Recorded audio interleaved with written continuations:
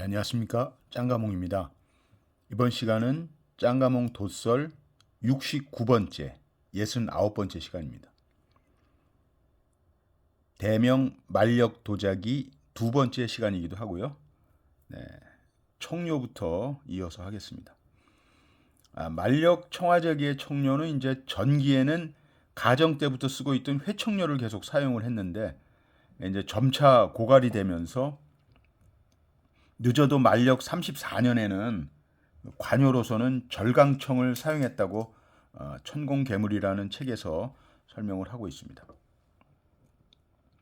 그래서 만력 청화자기는 전기에는 회청료를 사용해서 색이 남색 중에 이제 자주색을 띤 게 있는데 중기에는 이제 회청에다가 석자청을 가해서 색이 남색 중에 회색기를 띄어서 발색이 점점 옅어지고 차분하고 장중한 효과를 보인다. 그리고 이제 만력 34년에는 이제 절강청을 사용했다고 그랬죠.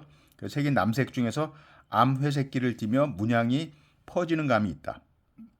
그래서 만력 후기에는 색이 더욱 옅어지면서 천개 시기까지 계속된다고 적어놨습니다. 그 천개 가이가 아니라 개입니다. 겨이 밝게 비칠 개자인데 여기 오타가 있는 것 같습니다. 그래서 청료는 이제 전기에는 회청료, 중기에는 석자청하고 섞어서 쓰고 후기에는 절강청을 썼다 이렇게 나오고요. 또 그 만력 때는 이제 그동안 너무 많이 썼던 그 마창토라는 그 마창산에서 나는 하얀 백색 그 흙이 있는데 그게 다 고갈이 됐습니다. 만력 말기쯤 가서. 그래서 만력 지난 다음부터는 이제 그런 흙을 쓸 수가 없어서 고민하던 끝에 경덕지는 그렇게 이제 자원이 많습니다. 마창산이 이제 다 파먹으니까 그 옆에 이제 고룡산에서 나오는 또 고룡토를 쓰게 된 거죠. 이원 배방으로 태토하고 이제 자토하고 섞어가지고 8대1로 섞나. 그래서 이원 배방으로 해서 이제 태토를 만드는 것입니다. 그러니까 이제 좋은 도자기는 흙이 좋아야 되는 거죠. 태토가 좋아야 됩니다. 자, 문양 하겠습니다. 문양은 이제 만력 때는 소재가 뭐 풍부하죠. 가정이나 만력은 이제 거의 비슷합니다. 할아버지와 손자지만은 그 믿는 그 도교를 숭상하는 그런 것도 비슷하고 그 기형이 아주 다양하죠. 조형이. 그래서 이제 무물부재라는 말이 있잖아요. 무물부재가 뭐냐면 없는 것이 없다. 그러니까 모든 게 다 있다. 웬만한 건 다 그런 뜻입니다. 그래서 문양도 다양합니다. 기형이 다양하니까 문양도 다양하고 그래서 문양의 전체적인 품격이 포치가 번밀하다. 포치라는 거는 이제 인테리어죠. 배치를 한 것이 아주 번밀하다는 거는 꽉 채웠다. 요 밑에 보셔도 되고 뭐 이제 사진들이 좀 이제 진품 사진들이 나옵니다. 그래서 아주 뭐 빈칸이 없죠. 꽉 채웠습니다. 그리고 도안은 생동감이 없고 딱딱하고 이제 너무 꽉 채웠으니까 이제 주제가 없잖아요. 뭐 용이 있긴 하지만 이렇게 포인트를 주는 게 없다는 얘기죠. 번잡하고 비례가 이제 조화를 잃었으며 화필이 약하고 힘이 없다. 도안은 생동감이 없고 딱딱하다. 그래서 앞 시기에 자주 보던 문양 외에 이제 정면용하고 도교 소재가 이제 더욱 유행한다고 썼습니다. 정면용은 언제 나왔다고 말씀드렸나요? 바로 나와야 되는데 가정 때 나왔죠. 할아버지 만력의 할아버지 때 이제 가정 때 처음으로 정면을 바라보는 용이 나왔습니다. 그러니까 선덕이나 영락, 뭐 정덕, 성화 이때 정면용이 나왔다. 뒤에 관지가 성화 관지다. 그러면 아닌 거지, 그죠? 정면용은 가정 때 나왔기 때문에 특히 만력 때까지 이제 유행을 하고 그 다음에 청에서도 유행을 합니다. 그래서 우리 이제 걸륭 때 그 용 문양 보면 이렇게 정면을 앞서 보는 게 있잖아요. 예. 짱아몽 옥션에서도 몇 개 올려드렸었는데 그런 이제 문양이 이 가정 만력 때부터 이제 진행이 돼 왔던 것입니다. 그리고 이제 위에서 내려다보는 뭐 창룡 교자 뭐 이런 문양들이 있었다고 말씀드렸습니다. 그리고 이제 도안문이 크게 증가해서 나무 모양의 이제 나무로 해서 복자를 쓰고 숫자를 쓰고 그다음에 법문, 팔보, 팔괴, 영지, 수성, 수성 노인이죠. 팔선 과해도 같은 것이 있습니다. 동시에 이제 분재라든가 꽃바구니는 이제 화람이라고 하죠. 화람. 람이 바구니 람자고 꽃이 이제 화니까 화람이라고 합니다. 꽃바구니, 그다음에 화분, 꿩모란 등이 장식으로 사용하기 시작했습니다. 그리고 이제 만력에서 특출난 장식법이 이제 투각하고 소조예요. 사실 투각은 우리나라에서 쓰는 용어고 루공이라고 말해야 맞습니다. 여기 이제 구멍이 좀 뚫렸다는 거죠. 루공과 소조는 이런 이제 포대 화상처럼 이제 인형, 뭐 동상 비슷한 이런 형태를 말하는 걸 소조라고 합니다. 빚었다 이런 얘기죠. 이전에는 잘 사용하지 않는 수법이고 투각, 루공 수법은 거칠고 섬세한 감이 없고 병이나 합 종류가 많다 이런 것을 가리킵니다. 그래서 만력, 청화, 투조용, 문, 합. 네, 거기 한자로 투조라고 썼습니다. 투조. 그러니까 이제 구멍을 뚫은 거를 조각을 했다 이런 뜻으로 알면 되겠습니다. 이게 이제 직사각형이니까 장방합이죠. 장방합이고 여기는 이제 포대승상입니다. 네, 중을 이렇게 이제 해놓은 거죠. 스님을. 조소공예는 이제 인물상이 많죠. 자, 다음 거 한번 보겠습니다. 다음 페이지. 자, 인물에 많이 사용되는데 가정과 같이 이제 도교와 길상 내용이 많습니다. 그러니까 도교와 길상은 이제 서로 이제 매칭이 되는 거죠. 좋은 뜻으로 장수하고 복을 많이 받고 기복신앙하고 비슷한 겁니다. 자, 수도박물관 소장의 청화 포대승상 좀 아까 보여드렸던 사진이 그 예이고요. 각종 모양이 이제 복합적으로 사용한 것도 전에는 보지 못한 것이 좀 있습니다. 뭐 용문과 이제 복합적으로 사용하는 거죠. 용하고 인물을 넣다거나 뭐 어조하고 매화를 넣고 뭐 법문하고 사녀도를 같이 그린 것을 말합니다. 그리고 이제 앞시계에 있던 이제 화창도안이 만력시계에 즐겨 사용됐는데 이 화창도안이라는 건 이제 이 책에는 화창이라고 그러는데 원래 이제 우리가 개광하잖아요. 똑같은 얘기입니다. 그림으로 이렇게 창을 냈다는 게 뚫어서 이제 개광이라는 얘기를 씁니다. 그러니까 금지화창이라는 건 이제 이 비단의 모양 같은 걸로 화창을 만들어서 예전 송 때부터 써왔습니다. 만력시에 이제 더욱 애용되고 발전돼서 만력 청화작의 일대 특색을 이뤘다고 합니다. 후세에 또 깊은 영향을 미쳤고요. 가정과 만력은 사실 혼군이나 암군에 해당되지만 워낙 40몇 년씩이나 장수하면서 제위에 있었기 때문에 이 도자 산업으로 뭐 말하자면 굉장히 어떻게 보면 축복입니다. 할아버지 때부터 만력까지 이어졌으니 일대기가 나온 거죠. 그래서 이제 일가를 이룬 거죠. 아주 최고봉의 뭐 이제 그 기물로서는 그런 이제 표현을 쓸 수가 있고요. 또 중기에도 또 3부자가 있었잖아요. 성화, 홍치, 정덕. 비록 뭐 정치는 잘 못했지만 아무튼 도자 산업으로 볼 때는 굉장히 혜택을 보는 겁니다. 우리 후세들 입장에서는. 그래서 가정 때부터 그 이제 만력 때까지 이렇게 영향을 미쳤고 이 만력식의 이제 금지문 나오죠. 금지문이라는 건 이제 비단의 그 이제 직물의 형태죠. 다정다양하다. 미자금 그러면 이제 쌀미자 같은 걸 이제 쓴 것을 가리키고요. 고전금은 이제 엽전 모양이죠. 그다음에 이제 만자, 절만자금은 어떤 매화금은 이제 점이 5개 찍힌 걸 이제 매화점이라고 하잖아요. 그런 걸 가리키고 화창은 이제 그 개광인데 원형이 있고 동그란 거, 그다음에 장방형이 있고 뭐 사방 화판형, 장방 화판형 등이 있습니다. 그리고 그 이제 개광 안에는 이제 절지화 꽃과 나비가 많고 이제 날아다니는 학이라든가 잡보가 많습니다. 그리고 이제 만력 청화작의 회화 수법은 중색을 즐겨 사용했다 그런 거예요. 중색은 이제 도안을 그린 다음에 그 사이에 이제 설체라고 평탄하게 칠했다는 걸 말씀드리는 거고요. 그래서 거기 화법에 대해서는 여기 카메라에 담았으니까 한번 읽어보십시오. 그다음에 만력 후기에는 이제 청화 단묘, 철선묘, 단묘는 이제 좀 이따가 한번 말씀드리고요. 철선묘는 그러니까 이제 철화기법처럼 그 검은색으로 이제 선을 그려놓고 이제 묘사를 한 거죠.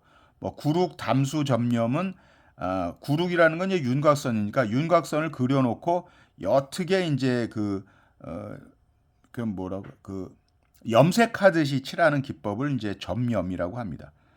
청화로 단묘하는 거는 이제 극히 돋보이는 기술이라고 말씀을 드리는 여기 이제 얘기를 했는데 이게 이제 청나라 옹정 때 이제 단묘 도자기거든요. 그러니까 이런 식으로 그 문양을 일일이 청화로 그려놓고 옅은 그림을 그리는 거죠. 그걸 단묘라고 해요. 왜냐하면 농담할 때 담자가 이제 열불 담이잖아요. 그러니까 10개 그리는 걸 단묘법이라고 합니다. 단묘법이고 뭐 당연히 뭐 여기 보시다시피 예전에도 한번 설명을 드렸지만 다 그린 겁니다. 그린 거고 재미난 게 또 하나 있어서 제가 우리는 시청각이잖아요. 그래서 한번 또 보여드리면 제가 이거 하나 해서 찍어놨었는데 이상하다. 어디 갔지? 찍어놨었습니다. 네. 요게 확대를 할까? 네, 요 화면이거든요. 요게 이제 요 그림이에요. 요 그림입니다. 잠깐만, 이게 너무 크니까. 자, 우리 만력하고는 상관없지만 비교해드리면 요 그림이거든요. 요 그림인데 요거는 이제 옆으로 썼고 요거는 이제 쌍방곽에 이제 썼잖아요. 그래서 요게 이제 자세한 문양은 요겁니다. 요거. 자, 요거죠? 요거죠? 요겁니다. 똑같은 크기고 똑같은 거예요. 네, 그래서 여기 투체라고 단국문 배 일대지만 요거는 단국무 투체로 나오기 전에 자 보시고 똑같잖아요. 똑같아요. 크기도 그렇고. 근데 요렇게 이제 단묘로 윤곽선을 그린 다음에 여기다 이제 투체로 이렇게 이제 한 거죠. 그래서 요런 기법이다라는 겁니다. 그래서 요런 기법이고요. 요게 얼마짜리냐면 방금 전에 기물이 1대가 300만 달러입니다. 그러니까 홍콩 달러지만 거의 US 달러하고 비슷하죠. 그리고 요 단묘라는 거, 이렇게 단묘로 그린다는 거 다 그렸습니다. 다 단묘로라는 거 기억을 하시고 그래서 거기 나온 겁니다. 청화로 단묘하는 것은 극히 돋보이는 기술로 옅은 색조를 사용해 쌍구로 문양을 그린 것으로 그윽하고 품위가 있는 느낌을 준다. 그리고 전세품으로서는 이제 경조 군수방기라는 관지가 있는 청화 4비 16자 완이 있는데 이제 사진이 없습니다. 나중에 사진을 구하게 되면 다시 한번 설명을 드리고요. 또 이제 만력 청화적의 장식 문양에서 주목할 만한 것은 가정에 비해서 더욱이 복록수 부분이 내용이 많다는 것입니다. 그래서 뭐 여기 있는 것도 쭉 한번 읽어보시면 될 것 같고요. 오곡풍등이라는 건 이제 오곡이 풍성하다.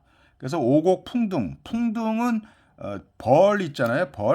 벌을 그려놓으면 이제 풍등의 뜻입니다. 풍부하다라는 거죠. 중국말로 펑이라고 합니다. 펑이 이제 벌 봉자가 중국말로 펑인데 그게 이제 풍부하다 할 때 풍도 펑이거든요. 그래서 같이 벌이 나오면 풍부하구나 이렇게 생각하면 됩니다. 지난번에 한번 말씀을 드렸을 거예요. 풍등유열하고 해서 벌 3마리하고 물고기 3마리가 있으면 풍등유열의 뜻이다. 그게 무슨 말이냐면은 오곡백과가 만물이 풍성하고 여유가 있다라는 뜻입니다. 그리고 이제 장천사 참사. 장천사라고 하는 건 이제 도교를 창시한 장도릉이라는 사람인데 이제 장도릉 어느 도인이 칼을 들고 뭐 베는 그런 느낌이 있으면 요 말을 쓰면 됩니다. 장천사 참사. 그러니까 뱀을 베거나 혹은 요괴를 베는 장면도 있습니다. 장천사라는 거 기억을 해두시고 이제 오공이나 이제 벽호는 이제 벽에 이렇게 달라붙어 있는 호랑이니까 도마뱀을 가리키고요. 오공은 진해를 가리킵니다. 그래서 이 동물의 고사들도 나옵니다. 자, 그리고 이제 화가문은 뭐 아시는 바대로 이런 꽃과 과일이 있는 거고요. 이것도 복록수하고 합용한 모양들, 결합한 모양들이 많이 나온다고 합니다. 도각일상문은 뭐 모란영지 법문 이렇게 나오고 동물문도 용, 봉, 반리 요게 이제 번리라고 쓰는데 또 오타가 난 거거든요. 제가 수정해 드립니다. 반리입니다. 반리. 예, 반리라는 건 이제 새끼용을 가리키는 거예요. 뿌리 없는 용을 이라고 그러거든요. 그래서 일용문 그러잖아요. 그래서 옆에 이제 도자기 옆에다가 귀에다가 달아갖고 이제 쓰는 말이죠. 예, 그게 반리라고 뿌리 없는 용. 그러니까 새끼용이란 뜻이죠. 해수, 사자, 기린, 백작. 백작은 이제 많은 까치를 얘기하는 거고요. 예, 이런 것들은 뭐 이제 썼으니까 보시고, 봉황의 목에 항상 깃털이 세밀하게 나 있다. 만력대는 그런 거 꼭 한번 기억을 해 두시기 바랍니다. 뭐 인물문은 이런 인물문이 있고요. 자, 관지 한번 보겠습니다. 만력청화적의 관지는 이제 특징을 갖고 있는데 다른 관지는 이제 이렇게 쓰죠. 그래서 윤경 때는 조자만 나왔는데 이제 제자로 바꾸면서 대명 만력년제 혹은 만력년제의 두 종류가 있는데 육자관이 사자관보다 많다. 바닥에도 많이 쓰지만 이제 입 주변이나 어깨 이렇게 쓰는 거죠. 입 주변에도. 그리고 이제 첫 번째는 이제 그런 것을 황조관이라고 합니다. 관유에서 조관이라고 하고 이제 그렇죠. 기념관이라고 하는 거죠. 근데 그게 길상호 혹은 이제 당명관이나 제명관하고 결합해서 관지를 조성한 게 이제 특징입니다. 만력대는. 그래서 요렇게 씁니다. 대명 만력년 덕부조 혹은 만력 정해년 조건부 응용 대명 만력 신축년조 뭐 이런 것들이 이제 결합된 관지라고 합니다. 그래서 그걸 기억하시고요. 관지는 이제 이런 문양으로 이런 모양새로 뒤에 나오지만 안경진 서체로 썼다고 그러는데 이렇게 쓴 것도 있고 요거 이제 쌍권에다 쓴 것도 있고 이거 쌍방곽에 쓴 것도 있고 횡으로 쓴 것도 있습니다. 꼭 기억하셨다가 이런 스타일로 쓰는구나 외워놓으시면 됩니다.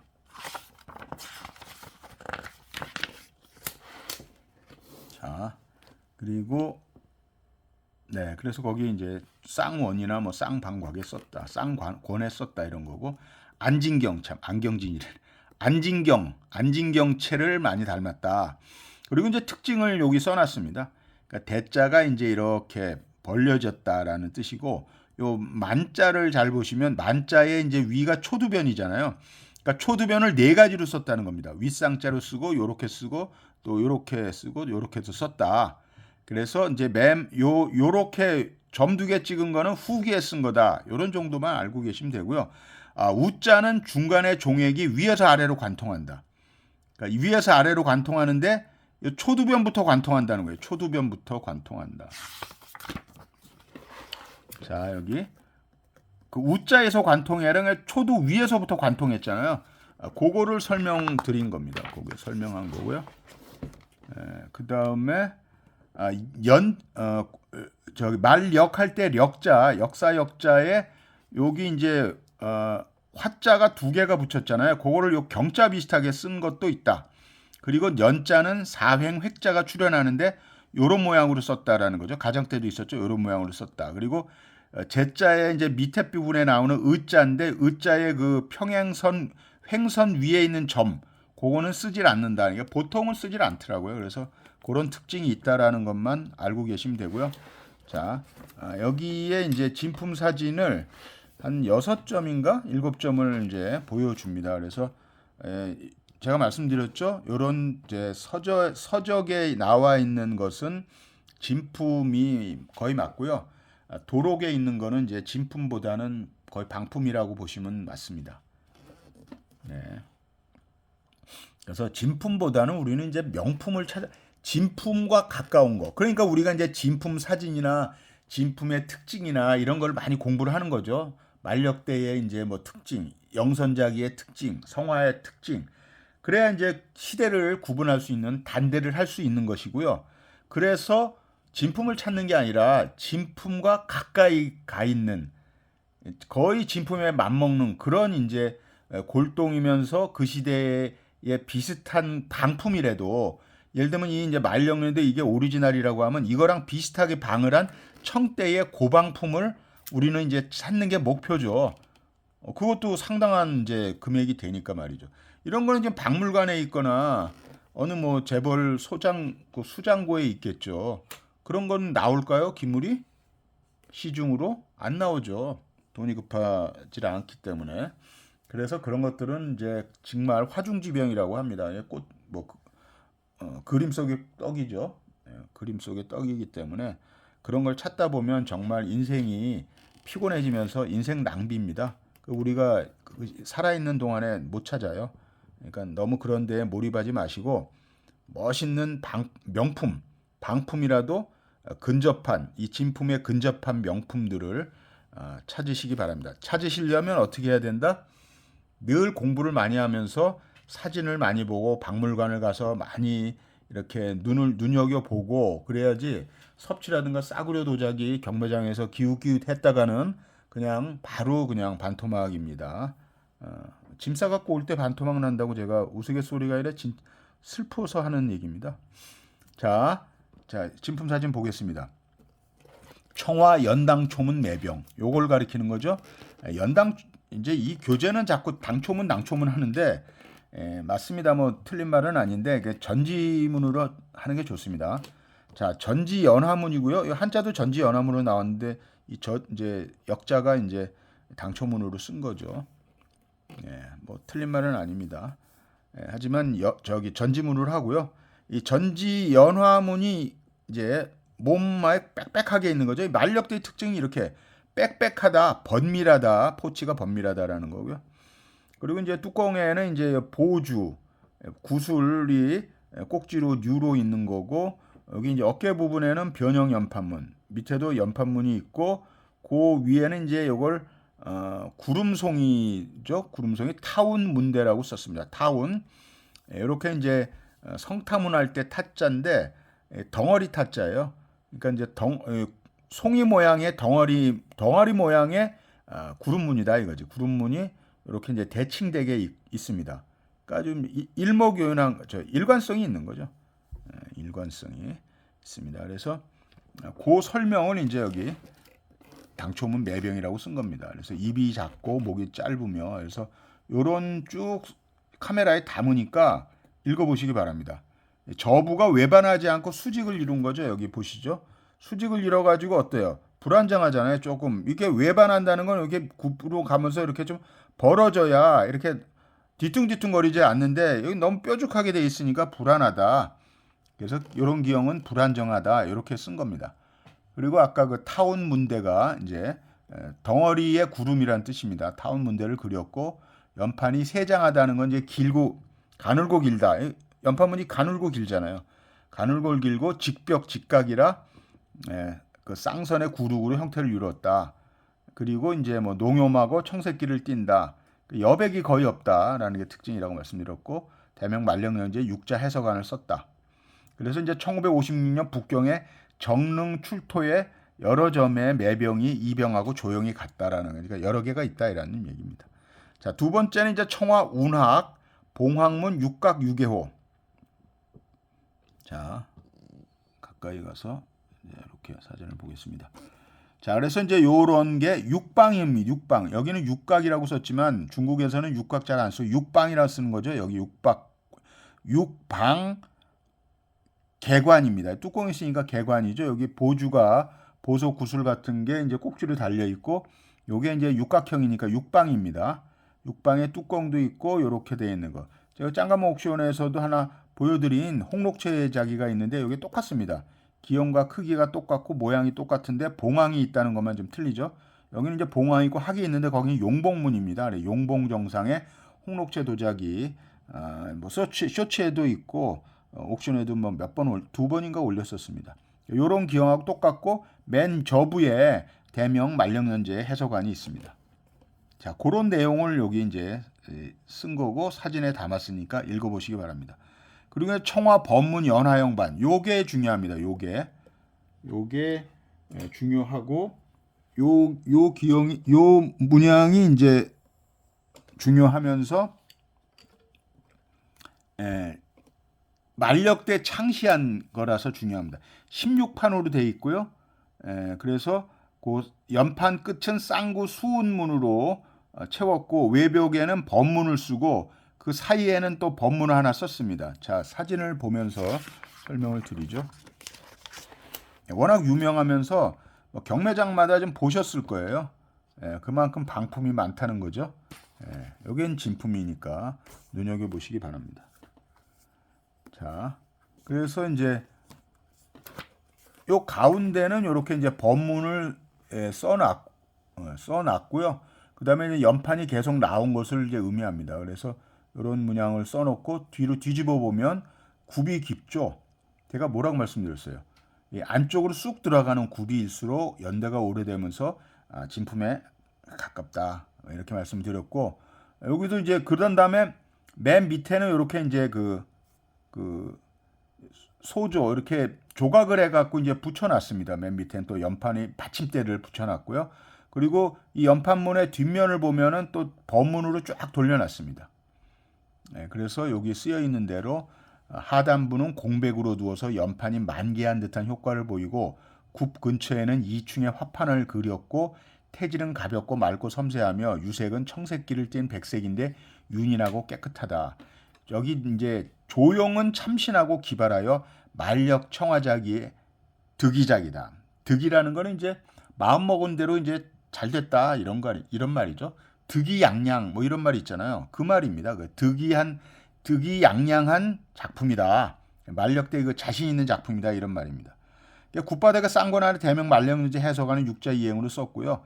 대북 고궁박물관과 홍콩의 천민루 등의 이런 기물이 소장되어 있는데 동일하다. 좀 여러 개가 있다 이런 말씀입니다. 그 다음에 청화 운용문 화형새 필새죠. 밑에 나온 것처럼 필새입니다. 새는 넓은 이제 절연이 있는 거죠. 여기 이제 절연이 있고, 이거 연필만 되면 이제 초점이 이제 안 잡히니까 대질 말아야 되겠습니다. 새는 넓은 절연을 하고 입술이 두텁고 능화구이다. 그러니까 화형으로 돼 있다는 거죠.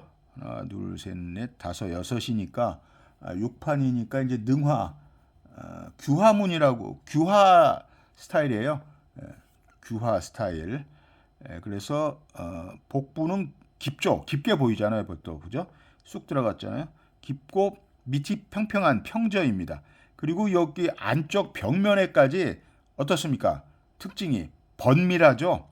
번다하고 번밀하고 꽉 차 있다 이런 얘기입니다. 여기 문양이 그릇 전체에 가득하고 빽빽하다. 태질이 단단하고 회색색이다. 그리고 이제 청화는 농후하고 남색 자색기를 띠니까 뭐 회청이다. 뭐 이런 얘기를 쓴 겁니다. 문양이 그다지 명석하지 않다. 그래서 만력 전기의 전형적인 기물이다. 만력 전기에는 회청을 썼다고 그랬으니까. 그 다음에 이제 청화 운복문 항입니다. 항도 좀 특이하죠. 이렇게 해갖고 좀 불안하죠. 밑이 좀 작습니다. 가정 만력 양조는 모두 대규모의 진설자기를 번조했다. 진설자기라는 거는 이제 진열한다라는 뜻입니다. 진설이라는 거는. 그래서 디스플레이 그런 자기들을 많이 번조해서 이 빵이 큰 기물들이 많습니다. 그래서 이런 이제 설명을 쭉 해놓은 것입니다. 뭐 일반적인 설명이죠. 쭉 입에는 송이구름문이 있고 밑동에는 변형연판문이 있고 요거를 그대로 설명해 놓은 거예요.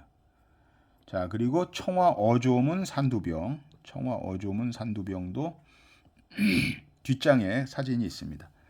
그래서 여기도 이제 가정대와 만력 청화 산두병은 산두형의 직구가 가정 것에 비해서 개활 벌어져 있고 장경이 굵은 편이다. 만력은 가정에 비해서 구분해 놓으시면 되고요. 구부에는 회문대를 그리고 구부 아래는 복 연판문대와 절지화해문을, 목에는 화해와 나비문을 그렸고 이제 복부에는 이제 주문양인 어조문을 그렸습니다.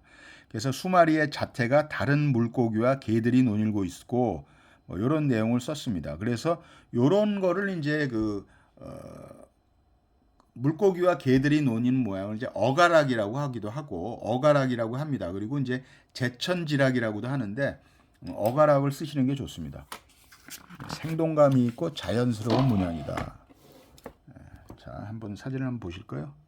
네, 왼쪽에 있는 거죠. 어조문 산두병. 요 밑에 이제 물결 친 것까지 그려놓고 개가 있고 뭐 고기들이 이제 뛰놀고 있는 모습이죠. 기형은 장경병이고 회문을 구연부에 입술에 둘렀는데 그 사이에 이제 대명 만력연제라는 관지를 썼습니다.